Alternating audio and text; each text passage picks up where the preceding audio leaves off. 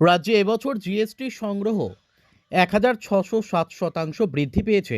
রাজ্যে এবছর জিএসটি সংগ্রহ বৃদ্ধি পেয়েছে ১৬.৭%। ২০২৪-এর জানুয়ারি মাস পর্যন্ত রাজ্যে জিএসটি সংগৃহীত হয়েছে ৩,৩০৩.৫৮ কোটি টাকা। গত বছর ২০২৩-এর জানুয়ারি মাস পর্যন্ত যা ছিল ২,৮46.৩১ কোটি টাকা।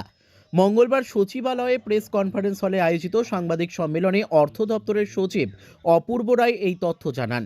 তিনি বছর ভিত্তিক শুল্ক ও রাজস্ব আদায়ের পরিসংখ্যান তুলে ধরে জানান, ২০২৪ সালের জানুয়ারি মাস পর্যন্ত এক বছরে রাজ্যে আবগারি শুল্ক সংগ্রহ হয়েছে ৩২৭.৯০ কোটি টাকা, যা ২০২৩-এর জানুয়ারি মাস পর্যন্ত এক বছরে হয়েছিল ২৯৮.৮ কোটি টাকা।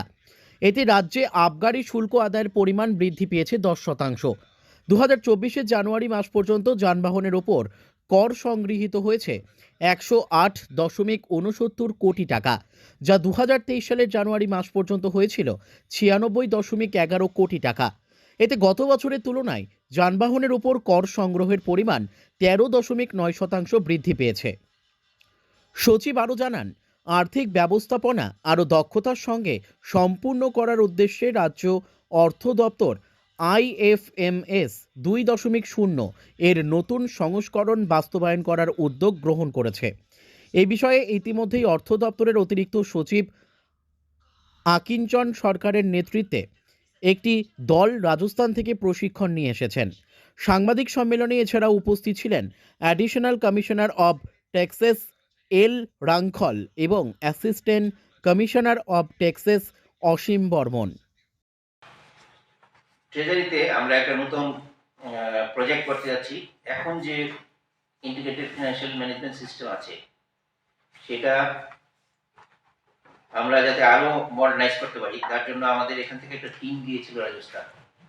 টিমে ছিল এডিশনাল সেক্রেটারি ফিনান্স, অন্যান্য অফিসিয়াল ফিনান্স ডিপার্টমেন্টের, এনআইসি ত্রিপুরার সিনিয়র ইনফরমেটিক অফিসার, তারপর প্রিন্সিপাল এজির একজন রিপ্রেজেন্টেটিভ।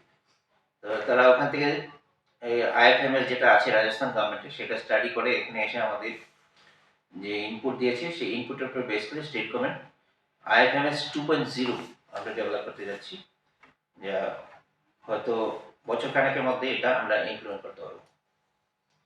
এই হচ্ছে মোটামুটি আমাদের সংক্ষিপ্ত বিবরণী অর্থ দপ্তর।